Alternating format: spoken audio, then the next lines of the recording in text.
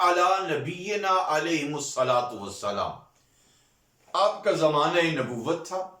آپ اپنے حجرے کے دروازے سے باہر نکلے تو زمین پر دیکھا کہ ایک کیڑا تھا، ایک ورم، وہ زمین پہ چل رہا ہے.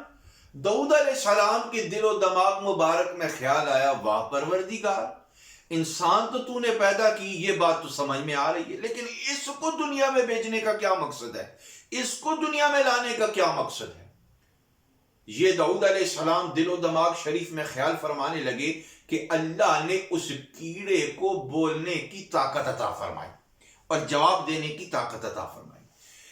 امام غزالی رحمت اللہ علیہ فرماتے ہیں کہ حضرت سیدنا داؤد علیہ نبینا علیہ السلام کے دل و دماغ میں یہ خیال آیا، واہ پروردگار، انسانوں کو تو نے بنایا، اس کا مقصد، اس کی پرپس، اس کی ضروریات تو میں سمجھ گیا، لیکن اس چیز کو دنیا میں کیوں لایا گیا ہے؟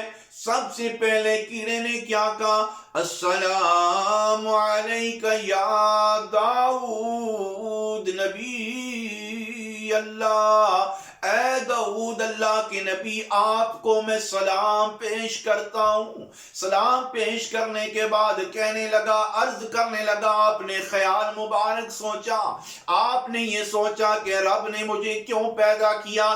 آنا میں آپ کی بارگاہ نبوت میں عرض کرنا چاہتا ہوں کہ صبح سے لے کر شام کے وقت تک، سارا دن شام تک میں اللہ کی ذکر میں گزار دیا کرتا ہوں، اور جس وقت شام ہوتی ہے، شام سے لے کر اگلے روز کی صبح تک ذکر رسول یعنی درود و سلام پڑھنے میں گزار دیا کرتا ہوں.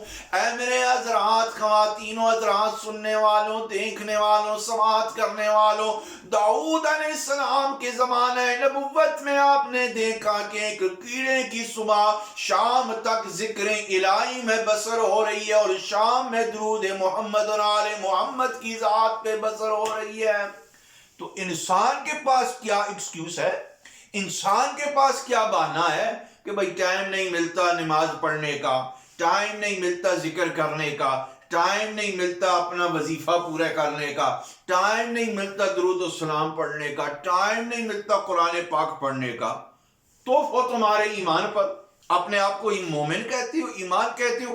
دنیا داری کے لیے ٹائم ہے، شاپنگ کرنے کے لیے ٹائم ہے، بازار میں جانے کے لیے ٹائم ہے، ٹی وی کو آن کر کے ڈرامہ دیکھنے کا ٹائم ہے، ادھر ادھر گھومنے کی ٹائم ہے، لیکن دین کے لیے وقت نہیں ہے. قرآن کو پڑھ کر اس کا مطالعہ کرنے کا وقت نہیں ہے، حدیث کی کتب کا مطالعے کا وقت نہیں ہے، درود و سلام پڑھنے کا وقت نہیں ہے، کسی عالم اہل سنت والجماعت کے پاس بیٹھ کر تعلیم حاصل کرنے کا وقت نہیں ہے. پھر کہتے ہیں جی ہماری نسل بگڑی جا رہی ہے، ہماری اولاد بگڑی جا رہی ہے. اولاد تو بھیا بگڑے گی اگر ماں ہی تربیت نہ کرے، اولاد تو بگڑے گی اگر باپ ہی سرپرستی نہ کرے.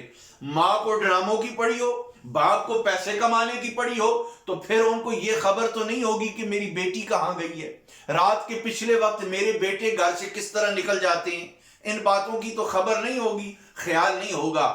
آج نسل کیوں برائیوں کی طرف جا رہی ہے؟ آج نسل اسلام سے دور کیوں ہو رہی ہے؟ گناہوں کی طرف کیوں راغب ہو رہی ہے؟ ماں باپ کی کیوں نافرمان ہو چکے ہیں؟ کیونکہ ماں باپ توجہ نہیں دیتے، ماں باپ سرپرستی نہیں کرتے. ماں باپ اگر چاہیں تو دنیاوی باتیں منوا سکتے ہیں، دنیاوی معاملات طے کر لیتے ہیں، نکاح اور شادی کے معاملات طے کر دیتے ہیں، تعلیم اور پیسے کے معاملات طے کر دیتے ہیں، لیکن تعلیم میں اسلام کے معاملات طے نہیں کر سکتے. بچے اور بچی کو حافظ یا حافظہ یا عالم یا عالمہ بنانا ہو یا کسی مدارس میں داخل کرنا ہو تو اس طرف بھی وقت نہیں ہے، بچہ لائق نہیں ہے، بچی نالائق ہے، جی پیسے نہیں ہیں. اور وہی پیسے رقم جمع ہوتی جا رہی ہے، جمع ہوتی جا رہی ہے، اور غیر شرعی طریقے سے شادیاں منائی جاتی ہیں اور فضول خرچی کی جاتی ہے. اور 99% کی وہ جو شادیاں ہوتی ہیں یا تو وہ پایہ تکمیل تک نہیں پہنچتی. کیوں؟ کہ اس میں کوئی برکت نہیں ہوتی ہے، برکت نہیں ہوتی، حرکت نہیں ہوتی، حرکت نہیں ہوتی، برکت نہیں ہوتی.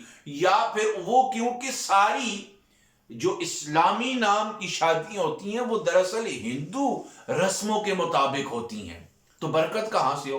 اور یہ بھی ارادہ موضوع ہے. اور پھر اس کے ساتھ ایک اور بڑا نازک موضوع ٹچ کرتا ہے جس پہ کبھی بات کرنی چاہیے، لیکن ہمارے اکابرین نے بات اس پہ کی ہے میڈیا پر، اور وہ جو موضوع اس کے ساتھ ٹچ کیا جاتا ہے وہ ایک ظلم ہے جو ماں باپ اپنی اولاد کے ساتھ کرتے ہیں، اس کو کہا جاتا ہے فورس میرجز، زبردستی والی شادی۔ لیکن آج میرے خواتین و حضرات موضوع یہ نہیں ہے، بات ذرا ادھر ادھر معاشرے کی طرف چلی گئی۔ یہ موضوع جو ہے وہ ایمان کا ہے، لیکن یاد رکھنا یہ بھی ایمان کا حصہ ہے کہ شادی وہاں ہو جہاں پر لڑکا راضی ہو، جہاں پر لڑکی بھی راضی ہو۔